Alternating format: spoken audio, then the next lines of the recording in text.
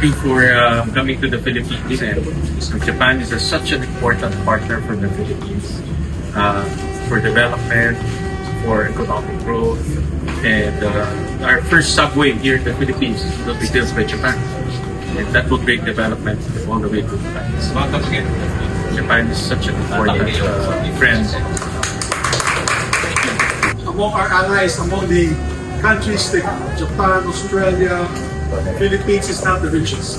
That's why we thank you for the support that you give to our countries. In terms of overseas development assistance, Japan is the biggest provider, especially infrastructure, the railway systems, highways, a lot more.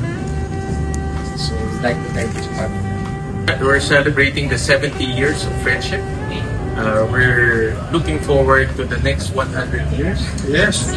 And we're looking forward to a very close, cohesive relationship in business, economics, and defense. Bye.